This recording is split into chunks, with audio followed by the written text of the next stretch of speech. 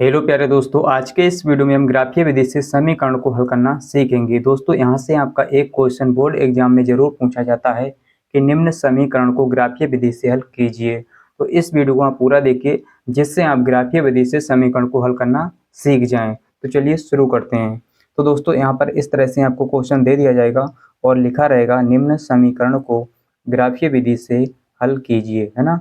तो आपको ग्राफीय विधि से इसको हल करना है, ठीक है। तो इसी तरह से आपको दो समीकरण दे दिए जाएंगे, है ना। और यहाँ पर देखिए दो समीकरण हैं। पहला क्या है, 4x प्लस का 3y बराबर में 12 और दूसरा समीकरण है 2x प्लस का y बराबर में 2, है ना। इसी तरह से दोस्तों आपको समीकरण दे दिए जाएंगे। तो आपको इसे हल कैसे करना है इसको आप ध्यान से समझिए, है ना। तो सबसे पहले हल करने के लिए आप क्या करेंगे दोस्तों, यहाँ पर लिखेंगे, यानी हल कैसे करना है आपको ध्यान से समझना है। तो सबसे पहले दोस्तों हम क्या करेंगे, इस पहले समीकरण को समीकरण नंबर 1 डाल देंगे, ठीक है। यहाँ पर लिखेंगे पहला समीकरण क्या है, 4x प्लस का 3y बराबर में 12, ठीक है। तो ये पहला समीकरण है, इसको हम समीकरण नंबर 1 डाल देंगे, ठीक है, समीकरण नंबर 1। इसके बाद दूसरा समीकरण हमारा 2x प्लस का y बराबर में 2, तो इसको हम समीकरण नंबर 2 डालेंगे, ठीक है। 2x प्लस का y बराबर में 2, इसको हम समीकरण नंबर 2 डाल देंगे, है ना। इतना आप कर लेंगे, बहुत ही आसान है ना। इतना आप कर लेंगे, ठीक है। इतना करने के बाद दोस्तों आप क्या करेंगे, देखिए ग्राफीय विधि में क्या होता है दोस्तों, हमें सारणी बनानी होती है ना, या कहें बॉक्स बनाना होता है। उसी में हम x और y की मान निकालते हैं, है ना। तो हम क्या करेंगे दोस्तों, सारणी बनाएंगे, ठीक है। पहले हम क्या करेंगे, समीकरण 1 के लिए सारणी बनाएंगे, फिर क्या करेंगे, समीकरण 2 के लिए सारणी बनाएंगे, ठीक है। तो सारणी कैसे बनाएंगे इसको हम ध्यान से समझिए, ठीक है। तो यहाँ पर हम लिखेंगे समीकरण 1 के लिए सारणी। सबसे पहले हम समीकरण 1 के लिए बनाएंगे, ठीक है। समीकरण 1 के लिए सारणी, ठीक है। तो समीकरण 1 के लिए सारणी, ठीक है। समीकरण 1 के लिए सारणी इतना आप लिख लेंगे। तो समीकरण 1 क्या है इसको नोट करेंगे। समीकरण 1 है 4x प्लस 3y बराबर में 12 है, ठीक है। अब हम दोस्तों सारणी बनाएंगे, ठीक है। तो समीकरण 1 के लिए हम सारणी बनाएंगे दोस्तों। तो सारणी आपको इस तरह से बनानी है, या कहें बॉक्स बनाना है या डिब्बा बनाना है, ठीक है। तो इस तरह से आप बनाएंगे दोस्तों, आप देख सकते हैं, है ना। और दोस्तों इसमें हम क्या करेंगे, यहाँ पर देखिए 1 2 3 4 5 6, है ना। 6 डिब्बा आपको इस तरह से बनाना है, ठीक है। इसमें हम लिखेंगे x और इसमें लिखेंगे y। और दोस्तों हम देखिए क्या करेंगे अब, है ना, यहाँ पर x और y की मान निकालेंगे, ठीक है, और यहाँ पर रखेंगे।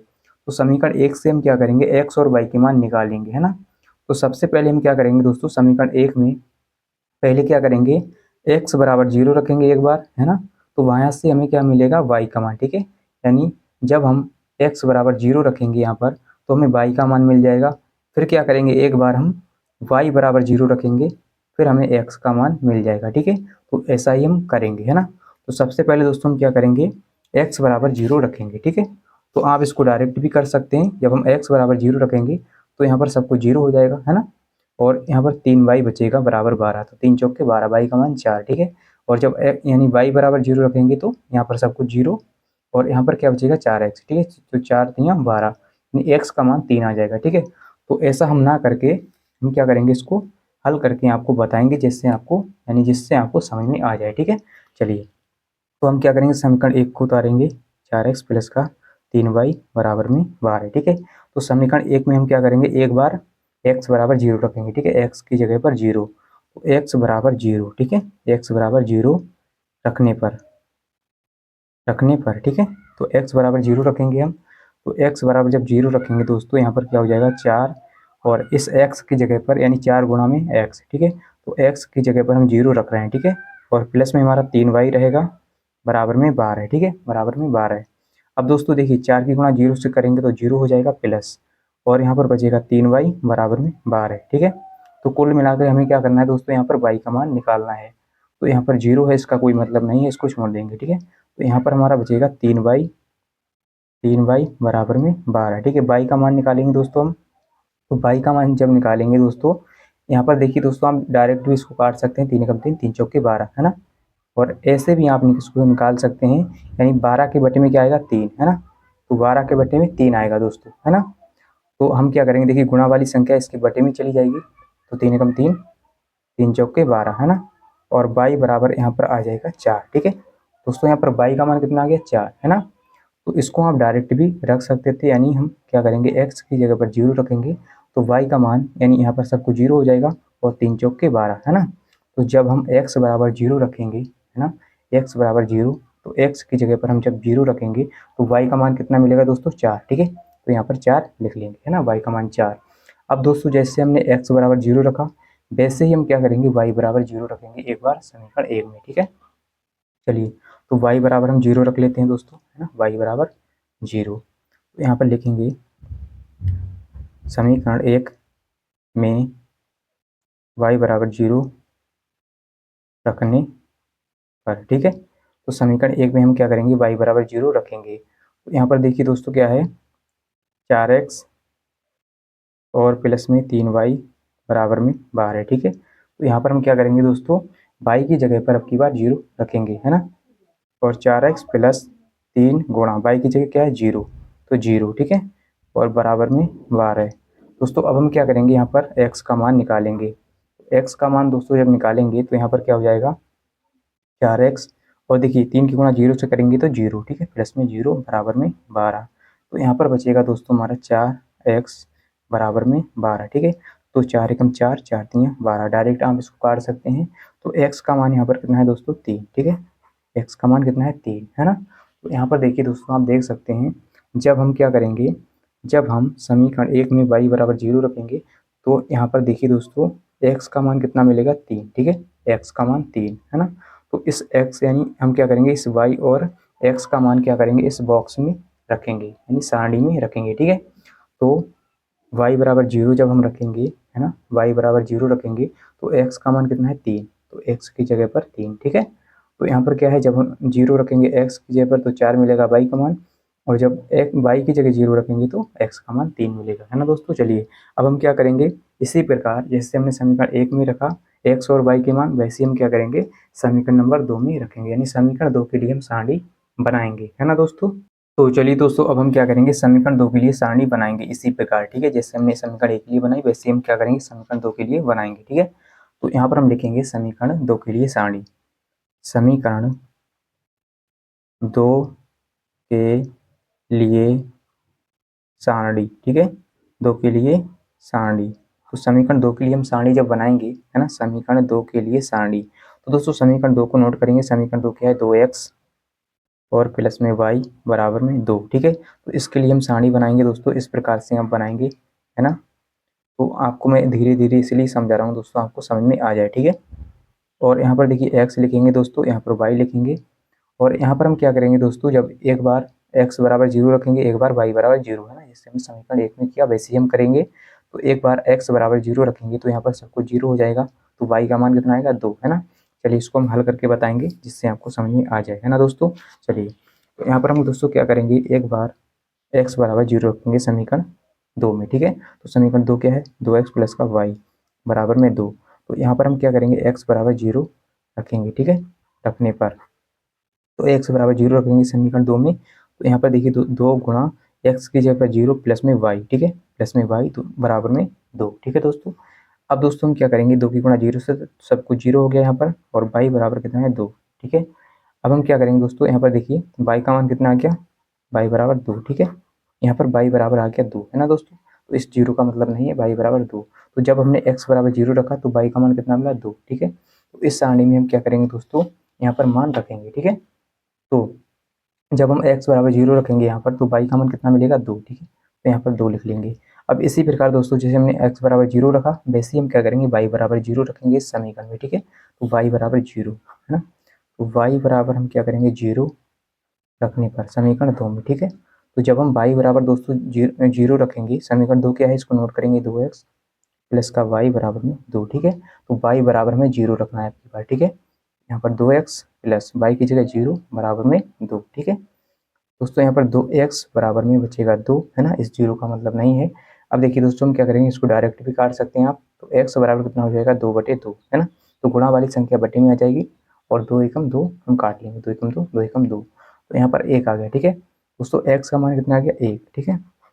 आप इसको डायरेक्ट भी निकाल सकते हैं, जब हम y बराबर 0 रखेंगे तो x बराबर यानी कितना आएगा 2 है ना, तो 2 एकम 2 है ना। ऐसे भी आप इसको निकाल सकते हैं। मैं आपको इसीलिए समझा रहा हूँ जिससे आपको समझ में आ जाए, ठीक है। चलिए दोस्तों, हम क्या करेंगे, इस मान को रखेंगे। जब हमने y बराबर 0 रखा तो y बराबर जब हमने 0 रखा तो x का मान दोस्तों में 1 मिला, ठीक है, 1। तो इसमें आप भर देंगे, ठीक है, इस तरह से। तो इस सारणी में आप भर देंगे तो हमें दोनों सारणी दोस्तों मिल गई, ठीक है, यानी समीकरण 1 की सारणी और समीकरण 2 की सारणी। अब दोस्तों सवाल में कहा गया है कि इसको ग्राफीय विधि से हल कीजिए, ठीक है। तो हम क्या करेंगे, एक ग्राफ पेपर लेंगे और उस पे दोस्तों हम क्या करेंगे, इन सारणियों को यानी इन मानों को दर्शाएंगे, ठीक है। तो चलिए दोस्तों, यहाँ पर हमने ग्राफ पेपर ले लिया है। अब हम क्या करेंगे, इन दोनों सारणियों को इस ग्राफ पर दर्शाएंगे, है ना। पहले क्या करेंगे, समीकरण जो 1 की सारणी है इस सारणी को इस ग्राफ पर दर्शाएंगे। इसके बाद जो समीकरण 2 की सारणी है इस सारणी को इस ग्राफ पर दर्शाएंगे, यानी इन मानों को हम इस ग्राफ पर दर्शाएंगे, है ना। तो इसके लिए आपको क्या करना है दोस्तों, स्केल लेना है यानी पटरी लेना है, ठीक है। इसकी सहायता से हम क्या करेंगे दोस्तों, बनाएंगे ग्राफ, है ना। तो आपको ध्यान से समझना है, यानी गलती नहीं करना है ना। नहीं तो दोस्तों आपका आंसर जो है गलत हो सकता है। तो इस तरह से आप बनाएंगे दोस्तों, इसी तरह से आपको बनाना है, ठीक है। तो सबसे पहले हम क्या करेंगे दोस्तों, समीकरण 1 की सारणी को दर्शाएंगे, है ना। इसके बाद समीकरण 2 की सारणी, ठीक है। तो ऐसा ही आपको करना है। चलिए हम बना लेते हैं दोस्तों। यहाँ पर इस तरह से आपको बनाना है, ठीक है।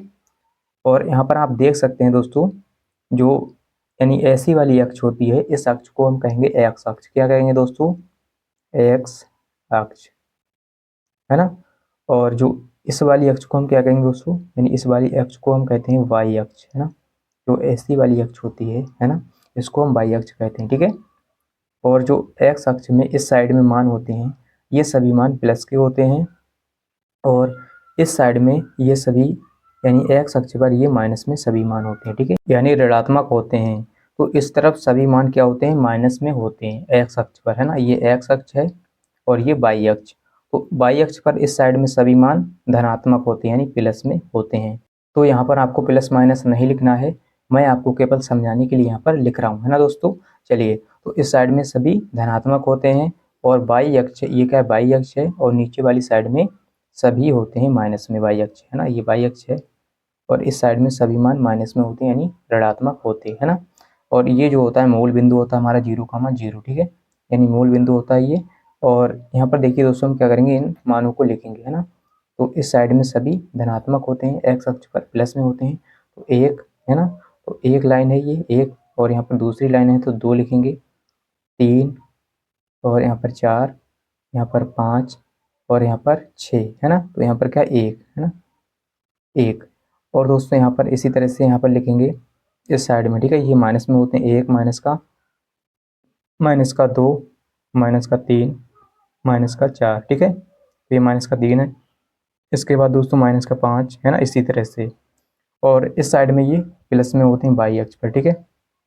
तो प्लस का 1, प्लस का 2, प्लस का 3, प्लस का 4, प्लस का 5, प्लस का 6, प्लस का 7, प्लस का 8, ये सभी मान प्लस में ही होते हैं, ठीक है। और इस साइड में यानी नीचे होते हैं माइनस में, तो माइनस का 1, है ना, माइनस का 1, सॉरी यहाँ पर 1 है, ठीक है, माइनस का 1। तो ये माइनस का 1 है, यहाँ पर माइनस का 2 है, और माइनस का 3 है, और ये माइनस का 4, ठीक है, माइनस का 4, है ना। इस तरह से आपको बना लेना है दोस्तों। अब हम क्या करेंगे, समीकरण 1 की जो सारणी है इस सारणी को इस पर यानी इस ग्राफ पर दर्शाएंगे, ठीक है। चलिए, तो समीकरण 1 की सारणी ये है दोस्तों। तो यहाँ पर क्या है दोस्तों, एक्स अक्ष है ये, यानी एक्स है, तो एक्स अक्ष पर हमें मान दर्शाने हैं 0 और 3। तो 0 का मतलब नहीं होता है, 0 को हम छोड़ देंगे, ठीक है दोस्तों।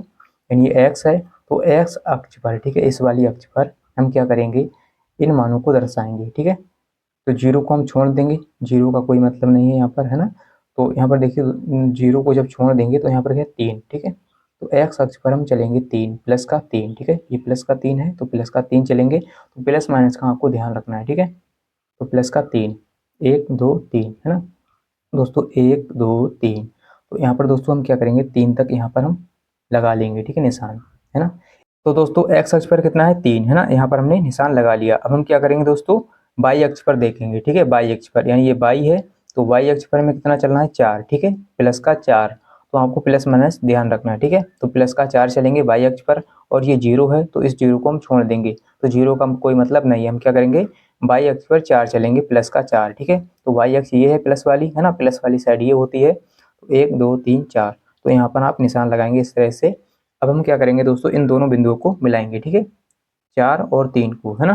तो इसको हम स्केल से मिलाएंगे, आपको सही से मिलाना, ठीक है, नहीं तो आपका आंसर जो है गलत हो सकता है, ठीक है दोस्तों। सही से आपको मिलाना होगा, है ना। तो इस तरह से हम मिलाएंगे दोस्तों, इस तरह से आपको मिलाना है, ठीक है, 4 और 3 को। तो हमने इसको मिला लिया दोस्तों।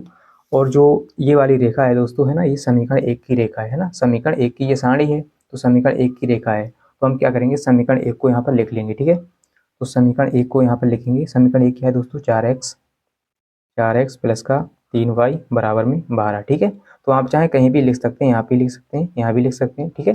चलिए, तो दोस्तों ये समीकरण 1 की सारणी हमने इस पे दर्शा दी। हम क्या करेंगे, समीकरण 2 की सारणी को दर्शाएंगे, ठीक है। समीकरण 2 की सारणी, तो समीकरण 2 की सारणी ये है दोस्तों। तो एक्स अक्ष पर हमें कितना चलना है, 0।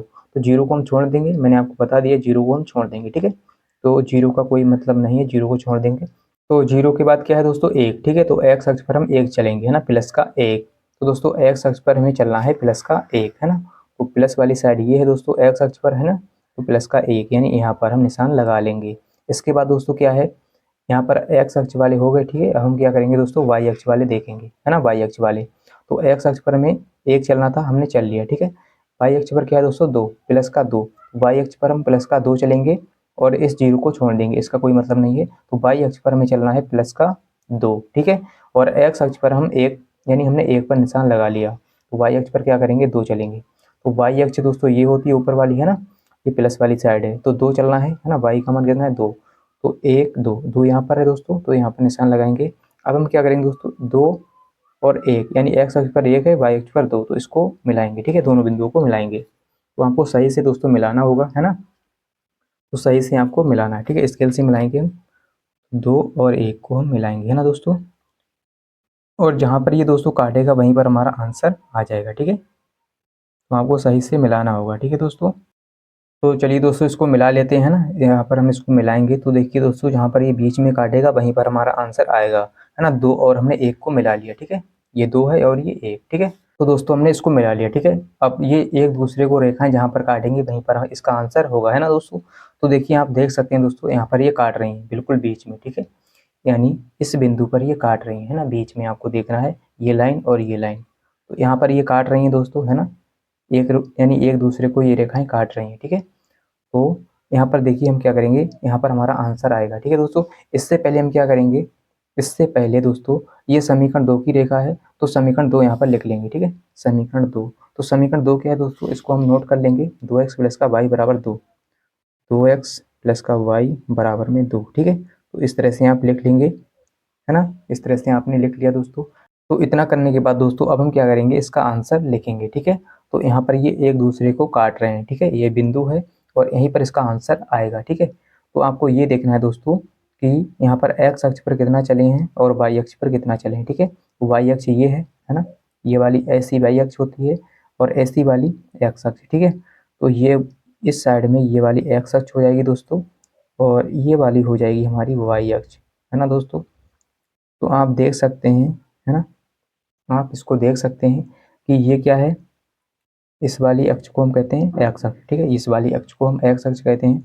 तो इस साइड में क्या है, माइनस है, ठीक है, यानी माइनस के सभी मान होते हैं एक्स अक्ष पर, ठीक है। तो एक्स अक्ष पर ये माइनस के मान हैं और इस साइड में दोस्तों ये वाई अक्ष है और इस साइड में यानी ये सभी धनात्मक मान है ना। तो क्योंकि यहाँ पर देखिए दोस्तों एक दूसरे को रेखाएं काट रही हैं, तो यहीं पर हमारा आंसर आएगा, है ना। तो ये वाई अक्ष है और ये एक्स अक्ष, ठीक है। इससे हमें कोई मतलब नहीं है इस साइड से, ठीक है।